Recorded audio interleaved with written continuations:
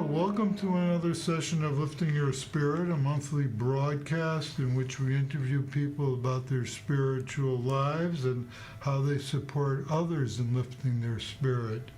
I'm Reverend Joel Grossman, Interfaith Minister, Director of Spiritual Services for Constellation Hospice here in Newburyport, and I offer spiritual counseling on a virtual and donation basis.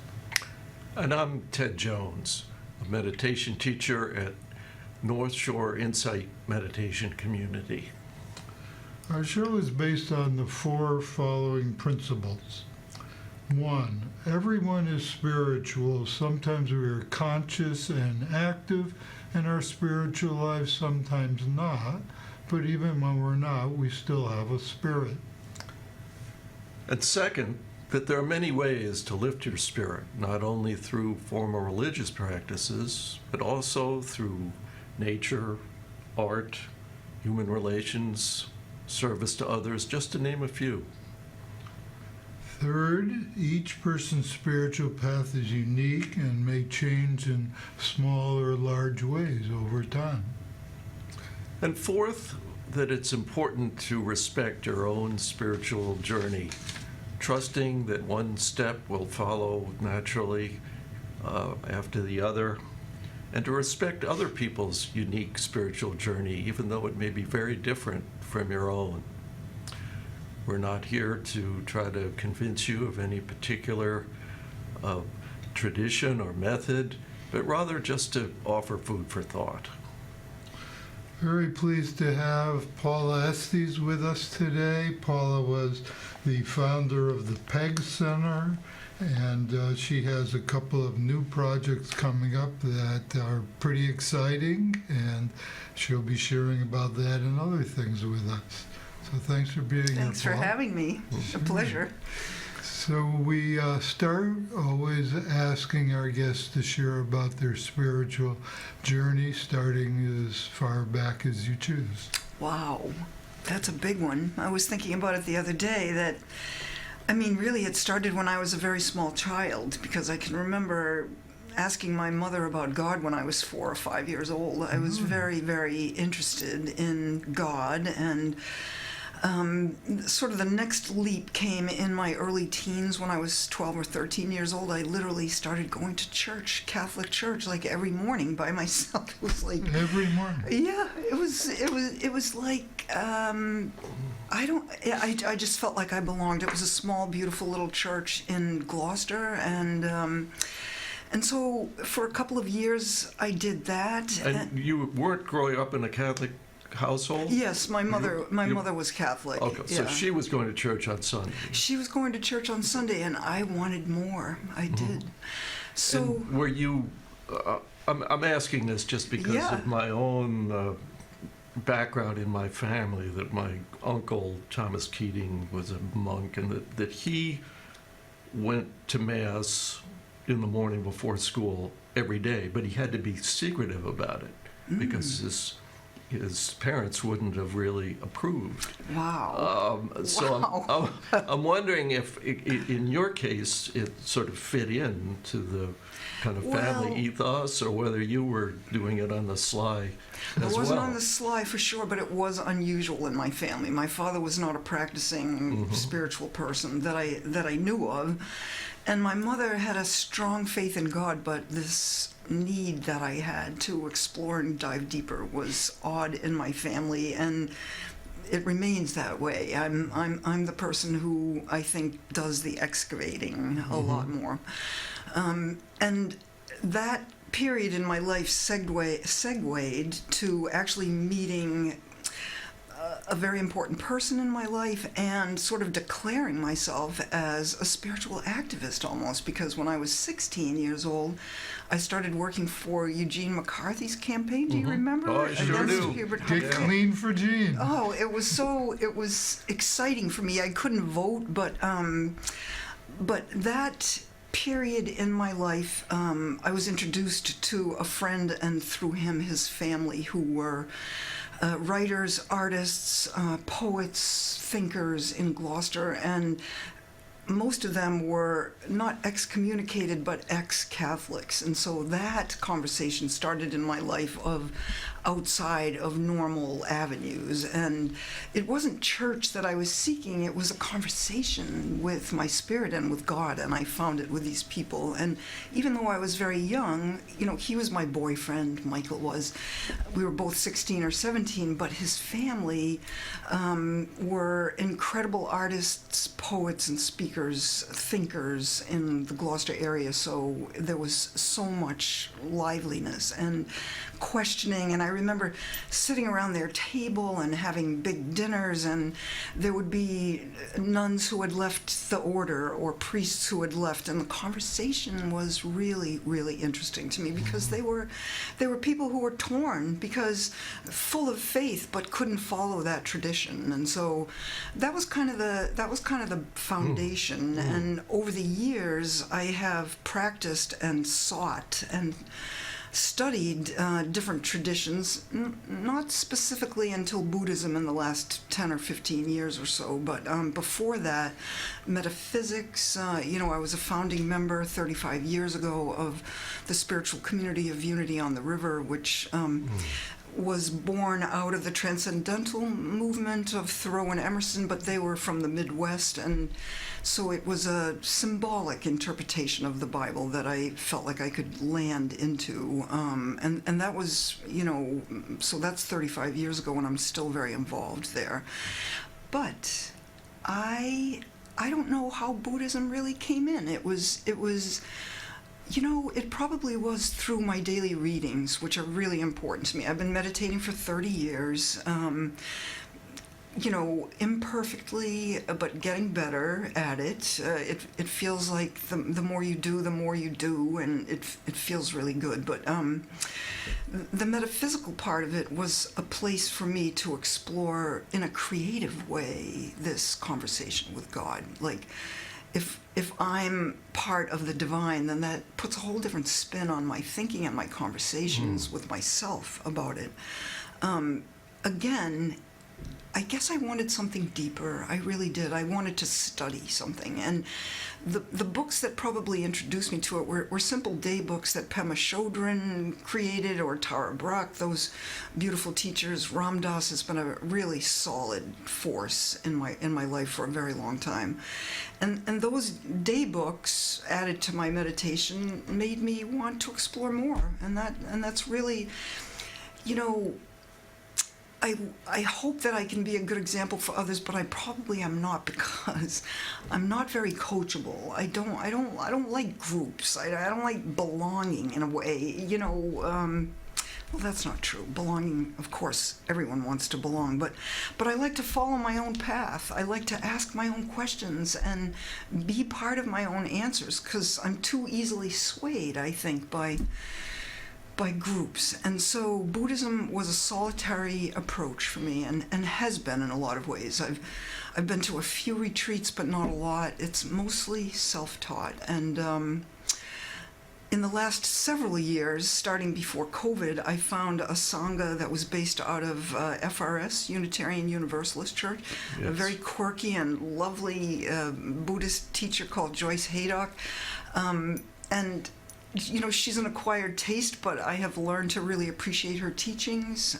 So that's on, a weekly group. And then I found another meditation group through FRSUU, actually, that, I was just able to drop into every week for a certain amount of time. And then 2 years ago, my husband and I started a Buddhist study group.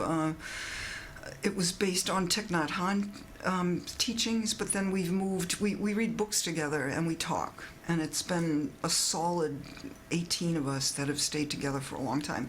That's a very good community for me. That's a large book group. It's a large book group. It is. And, it allows for people to travel and whatever and still have a solid group, but that is my homeland right now. And we've done Ram Dass, Thich Nhat Hanh, Sharon Salzberg. We're working on Thich Nhat Hanh's deep dive into Buddhism, lots of heavy-duty teachings. Not everybody's on the same page as me, and that's fine. That's fine. It's allowed me to really grow my grow my practice. And I've realized over the last several years that the toe dipping, I want to deepen, and that's probably having to do with my age as well, because I keep saying the conversation. I really seek a deeper conversation with my internal life. I want to be prepared for death in a really good way. I think about it all the time, and you know, without Buddhism, it almost makes me want to cry, because I wouldn't have the language to talk about it the way I want to talk about it. And not everybody wants to talk about their death. Not everybody wants to embrace the Buddhist principles that are so hard. Like the last couple of months I've been working on fame and disgrace. How those, are they the 5 hindrances? I'm not sure, the 5 opposites or something like that, but those kinds of principles grab me and make me want to dive deeper into it, which I really appreciate. There are not a lot of people that you can talk to about this, which I guess in the final stages of my life, maybe I will join more groups and have more teachers active in my life. Yeah. I'm very curious about, because a principal interest of mine is the sort of intersection of Buddhism and contemplative Christianity. Yeah. And that you grew up a Catholic. You had this strong pull toward it in the beginning, but at a certain point, it wasn't making any sense for you. Is that? Well, at a certain point, you know, in my life, I've had maybe 2 or 3 of those illuminated experiences where you feel like God is right there. Yes. And one was shortly after my father died, and it just brought me to my knees. And you just, like, those are elevated experiences. Buddhism and those kinds of experiences are an interesting place to be, because one is almost like, I love the word worship, for example. I love, and a lot of people don't, I love the idea of giving my whole heart and soul to something like that. At the same time, you know, and Jesus has stayed with me. Jesus is such a fantastic teacher for me, and that Jesus was the bridge to Buddha for me. And Buddha is a mystery still to me that I grow more fond of every day. At first, it was like, this is intellectual, this is like, and we laugh in our Buddha group because there's so many numbers. There's like 83 this, there's 108 that, there's 5.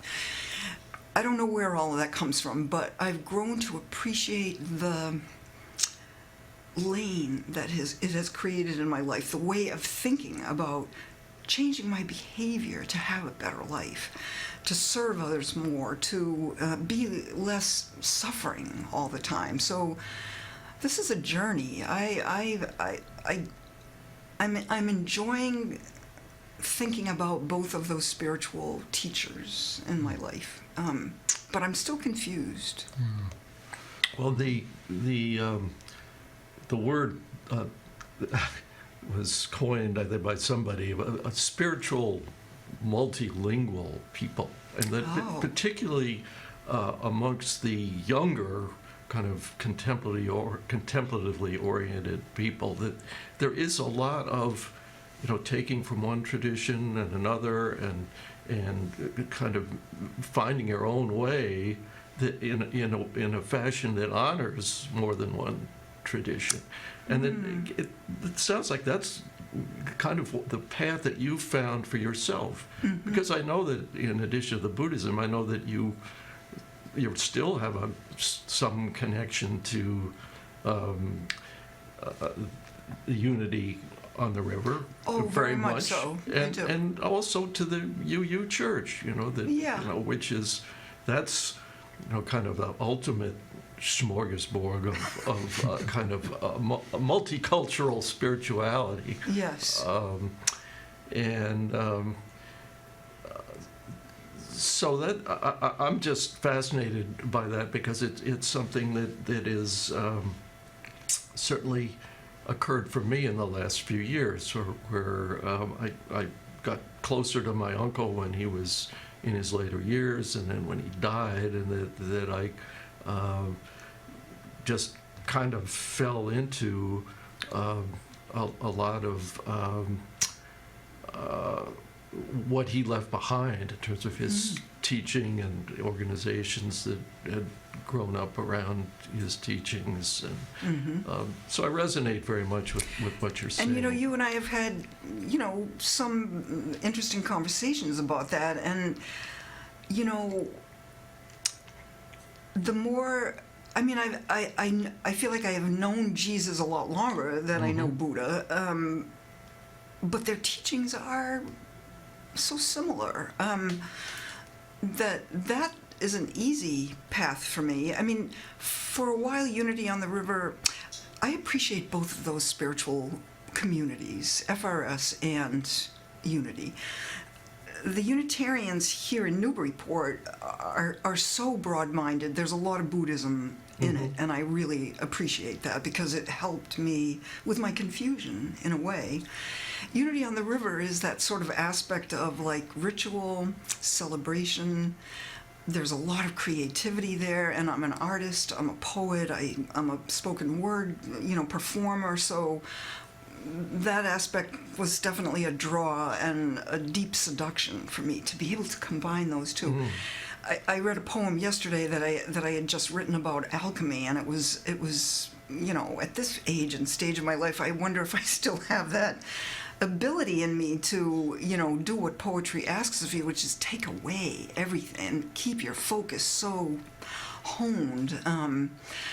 My poetry is all about God. It's all about God. But so I guess it's all aspects of ourselves that can be celebrated and addressed, but it is sometimes confusing to me. Who am I worshiping this morning? Who am I speaking to in my meditation? It's like... Yeah, well, I think what it's sort of been revealed to me is that ultimately it is a mystery. It is. And it's beyond our ability to pin down with our rational minds. Yeah. We need to give up that and open to the mystery and open to the love, which is really what undergirds the whole spiritual path. Yeah, one of the synonyms for spirit is mystery. It is? Yeah. I love synonyms. It is? Yeah. That's cool. Right. I'd like to throw in something that you just mentioned, and it's in our principles that we talked about, that there's many roads to enlivening the spirit. Creative process arts is one of them. And you're a very fine artist. You had an art gallery, and you called it art and activism. Yes. So I'd really be interested in your talking about the relationship of art, spirituality, and activism. Me too. Me too. So art has always been a spiritual practice for me, and 25 years ago when I was, really active in Unity, I had a big studio in the plaza where they were, so that was a lovely thing. But for 15 years I taught a group or class called Painting as a Spiritual Practice. And I'm a self-taught artist. My son is a self-taught artist. There again, are we uncoachable? I work on this all the time because I don't want to be uncoachable or unteachable, but I knew that my painting, my art practice came from my trust that the voice within told the truth to me, and that I would find the way to express what I needed to express. And I always, again, the pins and needles are coming, I always wanted to express more than what I saw, but more of what I felt. And so that's what I tried to impart to others, and the practice that we did was a long meditation. I left people alone. We came together to talk about it afterwards and tried to dig out what the symbolism was or whatever that they were trying to accomplish by that. So that was a long time ago. And then I opened a gallery, a commercial art gallery in 2014, so about 10 years ago. And, you know, basically I did that because I was tired of trying to sell my own work, and I thought, well, pick 6 of your finest artists that you know and sell them instead. And for a while that was really, really good. But then 2017 came, and that was the election, of course. And it was like, no way am I going to be able to proceed with selling really fine artists without much deeper and more of a message. So that's when I and the gallery started to pivot. I put together a strategic team that were brilliant volunteers that were willing to have this deep conversation about how we make meaning out of our art. Not to put commercial art down, but how do we make deeper meaning out of art? And we started to explore becoming a nonprofit, and we accomplished that, which was really great, which gave me basically the permission to really explore and exhibit things that were art that was on the cutting edge in terms of not necessarily politics, but activism, which is a different thing. Activism to me is a way of igniting the spark that's within all of us to care so deeply about what is happening to your world, your persons, your community, that you're going to actually help and do something about it. And you know, that was probably the best part of my spiritual practice, is when I realized that service was the heart of it. And you know, for 20 years as an artist, all I wanted to do was sell my work, but I was making pieces about Afghan women in burqas being silenced, and it was all really hard work. I mean, I did 2 years of a series called Reclamation, in which the alchemy of grief was what I was working on. My parents both died close to each other. It was so I knew that there was messages to be had, and I was looking for others that could do the same. But that's when it really turned for me, that I just wanted to bring my community together and try to be of service in some way. And creativity is a fairly wonderful way of doing that. You can, you know, we had beautiful poets read, storytellers, artists gave their talks, and then we started to bring in professionals, activists that could help ignite the flame. So it was this combination of, can we open your heart with art, and then can we investigate together and inspire you to activate your change, which, wow, it's been 10 years, and you know, we're all busy, it's hard. It's hard to get your community all involved. That is really where this comes in. It's Adrienne Rich wrote a book in 1976 called The Dream of a Common Language, and she didn't write a poem called The Dream of a Common Language. This was the book title, and that title has melted me ever since. It's like, could we find a common language in which we could then do collective action out of? That's sort of the premise of where I'm moving. And I'm older now, so we no longer have a space. We gave that up, but all of our programs take place in churches or at City Hall, and that feels more of the people, for the people, by the people. And whereas I totally miss not having a space, I'm grateful that I'm one of the activists on the ground. Like, okay, here's a program. It can be anywhere. It could be in a park.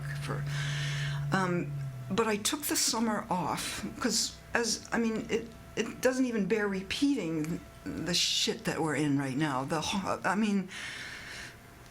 I was exhausted, and so I went away from it. I stood back for many, many weeks, and I didn't have an idea. I couldn't find my voice of, like, what could possibly serve this giant story of pain and agony that the earth is in, that the people of the earth are in. And so here it was. At the same time, I said, I'm going to have the courage, finally, to read about climate, because the PEG Centers has a mission of social and justice, social and climate justice through art, education, and advocacy. It's a broad berth, thank goodness. But we had 4 or 5 programs on immigration, on gun violence, January through the spring, which is probably what burnt me out so much in a way. And so I decided, let's turn to climate this time. So I read a really, really hard book that I didn't want to read, but I had a book group that was willing to do it with me, and it's called The Uninhabitable Earth: Life After Warming. And it's the facts, it's realities, it's here. And David Wallace Wells? yes, David Okay, Wallace yes. Wells, thank you. It was horrible to read. It was so hard. So I was looking to, calm myself a little bit. I went to Jabberwocky and hung around the climate section. And it was like this book, The Future We Choose, sort of fell off the shelf. Hit you in the head. It did. That was really good. It wasn't quite a God moment, but almost. And after the first 30 pages of misery, all of a sudden, they start talking about Buddha, and they start talking about community and ways that we can work together. And it was like manna from heaven for me. It's a small idea, but it was enough for that dream of a common language in me to be ignited. And so we came up with this idea of inviting a citywide read of this book, at the end of which we would choose, and they give you really good community projects to work on together that actually make a difference, because they make no bones about the fact that our little recycling Vashtunkana stuff that we do it's not as important as getting to the big guys and to the big ideas and notions. But here's 3 or 4 things you can do as a community that might hit that.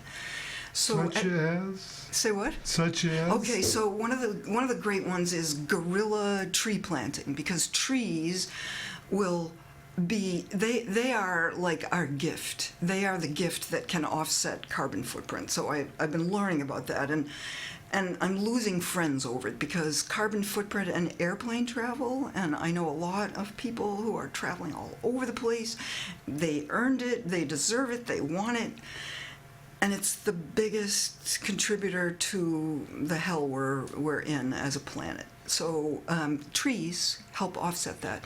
There's a wonderful organization already doing this in Lawrence that we will partner with to do this. That's called Groundwork Lawrence. And they've planted over the years more than 5,000 trees in Lawrence that make a difference. So it doesn't have to be guerrilla planting, but planting trees is one of them. Obviously composting, which we've started doing on a very real basis, but community-wide in many different communities, and plastic bags. I mean, so one of the initiatives that we hope to be able to start is to raise money, buy 1,000 market basket bags, and sit ourselves outside of the market baskets that do plastic still, give them away with accountability. You take 5, come back and tell us how are you really using them, kind of thing. So those are 3 minor ones, but so then out of this idea of a citywide read came the reality that at this age and stage of my life, I'm not going to do all of these, so I need a team of people. I want a community. I want a sangha of activism is what I really want. And so the Pioneer program is what came out of that. And it's an opportunity for people who really want to be involved with activism, but together, not all by themselves, siloed, where it's too big an idea, to work together. And so we launched it last Thursday on 9/11 at Jabberwocky, and there were about 30 people there. We did an exercise of this project. How do we get the word out to as many organizations, schools, city hall, churches? And each person that was there wrote where they could plug into, where they felt connected to, and how they could help spread the word. So that was ground zero, and it launched. And so that's where we're going with it. It may fly, it may not, but it's I just throw this out there. And what's the next step? Yeah, you have a schedule here on why don't we hold some of this stuff up? Yes. All right. So the Peg Pioneer. This is a thing that we send out to you about who they are and what it is. And yes, there is a suggested fee to it, but we don't ask that of anybody that they can't do. So our next 2 dates are on September 25th and October 16th, our Zoom meetings, and that Zoom link will be found on our website, thepeggcenter.org. And then the big one is October 30th at City Hall Auditorium, in which we'll do our usual PEG program. We have Judith Black, who's a climate activist storyteller who wrote a story about meritocracy, which connects, especially in this community, with affluence and how difficult it is for affluent people to make changes in their lives. So she has a story about that. We're going to also unveil our 12-foot-long mural called And Justice for All that we got grants for and did over the spring and summer with our community. It's gorgeous. It's along the Merrimack River, and it's an aspirational mural with symbols based on the Earth Charter of what we hope for around all of these communities along the river: peace, community, coming together, working together, those kinds of things.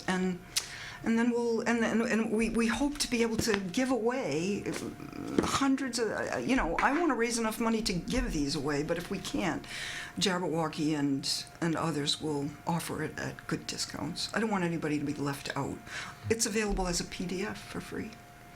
Yeah. Hold that. Hold that up right there. It's The Future We Choose, and these two authors, Christiana Figueres and Tom Rivet-Carnac, were the principal writers of the 2015 Paris Agreement.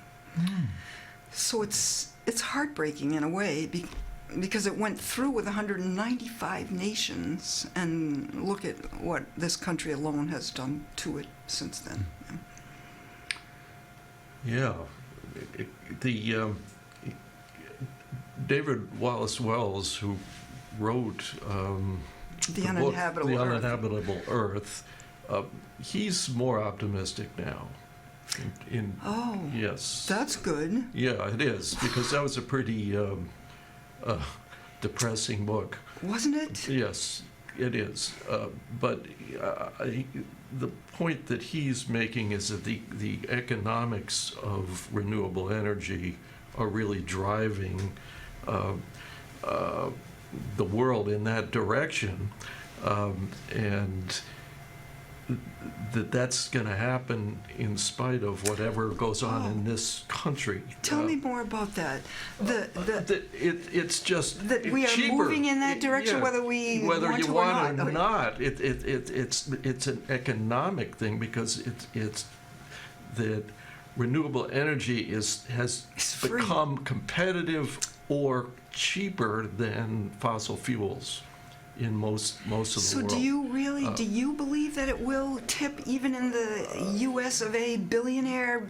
No, I think the U.S. is going to be a laggard in all of this, and that the real problem is that not only are we not doing anything to help the problem, we're the administration is deliberately trying to make it worse. I mean, it's heartrending when you think of all these wind power projects off the East Coast. Right. Some of them are 80% completed, defunded, and wants to pull the plug on all of them. So that's I don't know. I mean,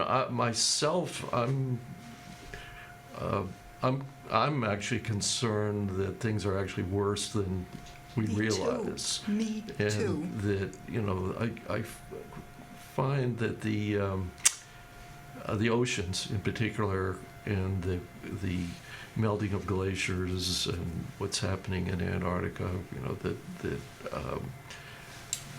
the tundra, which is, there's so much that we don't understand. Yes. At one point there was this kind of panic about the permafrost is melting, and it's releasing all this methane into and diseases and fossils that were that's buried true. in ice. Diseases and absolutely. There is a sort of counter narrative that somebody realized. Well, what happens after it melts? Well, all this stuff starts to grow Yeah. as well, Wow, which right. takes the carbon out of the atmosphere. So it's such a complex sort It of is. the physics of it and the biology of it. We have models, but we don't really understand And completely what's going on. I want New to come stuff back to happens all hope. the- I Sure. really do, because there's a line in Adrian Rich's book, and it's about all I cannot save. Mhm. And I have a beautiful son. He lives 3,000 miles away. He's gay. He probably won't have children. I don't have grandchildren. I have activism and art in my life, and sometimes I can't get off the subject to get to the hope part. So while this book read may appear like a small idea, to me, it's where I can land and restore my faith and build my hope. Because if I can sit around a table with you all and talk about this and, yes, mourn and weep and decide to do something together, that to me, I don't know about anybody else, that restores my hope and builds my faith. And that's like, let's work together. Let's work together. Well, Yeah, go ahead. back in the day when we were younger, Yeah, back in the, yeah. there was this kind of turmoil, particularly about Vietnam. Right. And a lot of protest and a lot of activism without much spirit. And people Yes. got burnt out and turned the other way. Very much so turned the other way, like Right. completely. Yeah. So what I hear you really talking about, particularly with your spiritual hunger, which I totally respect, is being active but not losing ourselves in it. That's hard, Joel. It's hard, but that's what I respect about you, that you're talking about. We need to be involved at a deeper level, but we need to do it from a place that sustains us and lifts our spirit. And lifts us and brings us together somehow. I mean, I'm sure other people do this too, but I have terrible habits when I'm not on. I watch garden shows, I watch home improvement shows, I read mystery novels, This is not terrible. It isn't okay, good, because every time I go out and do something, I'm 71, maybe that's part of it, but I come home and it's like, Mark, I need 45 minutes on the couch with my book, and it just restores me because it Right. takes my mind off this. Yeah. I've had to do a mantra, and now I'm scared that I'm too involved with it, because during the night I wake up so much that I've trained myself to say a mantra instead of let my thoughts run wild. But now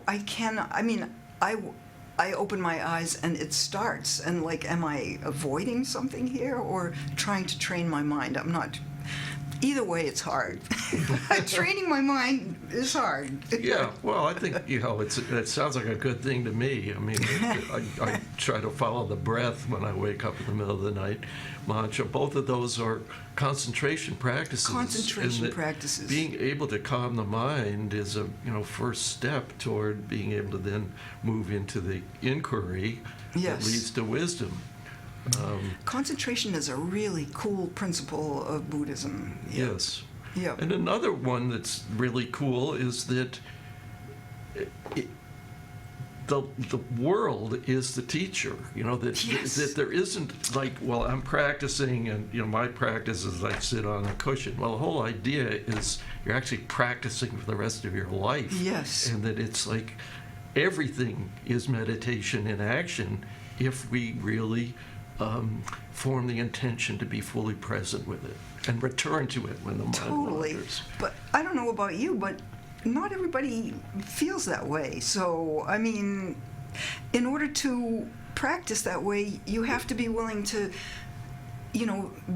be silent in conversation sometimes. If, I don't know, it just feels like we're always filling our time together with, this, and sometimes time together requires this. Yes. Not every- Silence together is very, very powerful. Very, very powerful. My husband and I do that really well together. maybe it's because we're just so long together, but most of my friends don't feel comfortable with that. You know, we say we're going to take a walk and be quiet, and nobody's ever quiet. Please be quiet, because I can't walk and talk at the same time. I really can't. That's a good trait to have as a fledgling Buddha. Yeah. Teachers, though, do we have time to talk about that? Sure. Because, you know, the Buddhists really, like, Jesus was a teacher to the metaphysical interpretation of Christianity, and Buddha obviously is the teacher, and I think encouraged us to have them. But maybe for me right now, my teachers are everywhere, and life itself, and, you know, maybe, I don't know. I don't have the patience yet to sit and be taught or go to a 5-day retreat, which I know you have. Uh-oh. Well, that may come in time, but it's my favorite teaching expression I heard from my teacher was Larry Rosenberg, was the person who pushes your buttons the most. That's your guru. Oh, I got a couple of those. And the idea is that our sort of preoccupations with ourselves are revealed by other people. Yeah. And that Yes. our reactivity is exposed, and that we can start to see how that is the source of the suffering. That's well said. Whether it's pushing away, well, I don't like what they're saying, or clinging to it. Oh, I like what they're saying. Oh, I want them to be my teacher forever, and I'm just. But it's all just mind stuff. Yeah. And that see that. One of the biggest teachers for me has been is being an activist and a spiritual person, and caring about my local, well, for example, local government. That can be such a trigger. And, you know, local government helps our nonprofit if they support us. Like, Sean Reardon has been such a huge support, especially around gun violence and our gardens and all of that. But it can be very contentious down there, and I choose not to involve myself in that part of it. And it can be frustrating for people that we don't. I mean, being a nonprofit, thankfully we are not allowed to endorse a candidate, but it's been a very good way for me to just back up, go to the principles, support that which I find supportable, and just back off from that which I don't, Yeah. That's a great prescription right there. Yeah. So while you're on a roll, and we need to wrap up. Okay, good. If you could share anything else that will help people lift their spirit. Yeah. Well, certainly we would like everybody to read this book. Paula.Estey@yahoo.com. My husband would kill me for that because I'm supposed to be on the Peg Center email, but I still like Yahoo. Write to me. We'll talk. I love meeting with people to discuss ideas. And I really, really would love companionship on this idea of a dream of a common language. I think it's the way. I do. It's been such a pleasure to talk to you. I can't believe it. It went like that, didn't it? It did. Because we're talking about really cool stuff that I love. Right. Well, it's been really great having you here, Paula. A pleasure. Thank you so very much. Very inspiring. I love you both. So thank you, viewers and listeners, for joining us, and do the same next month. And thanks again, Paula and Maeve, our producer, who does a great job making our sharing listenable and attractive. Nice. Thank you, Maeve.